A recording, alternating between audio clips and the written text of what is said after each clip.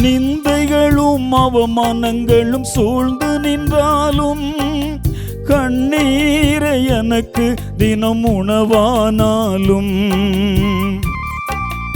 ஆமென். இயேசு நல்லவர், நல்லவர்.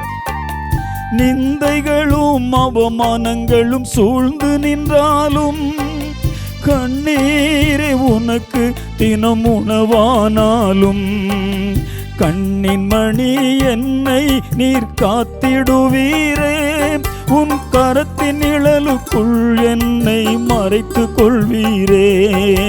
கண்ணின் மணி என்னை காத்திடுவீரே, உன் கரத்தின் நிழலுக்குள் என்னை மறைத்து கொள்வீரே.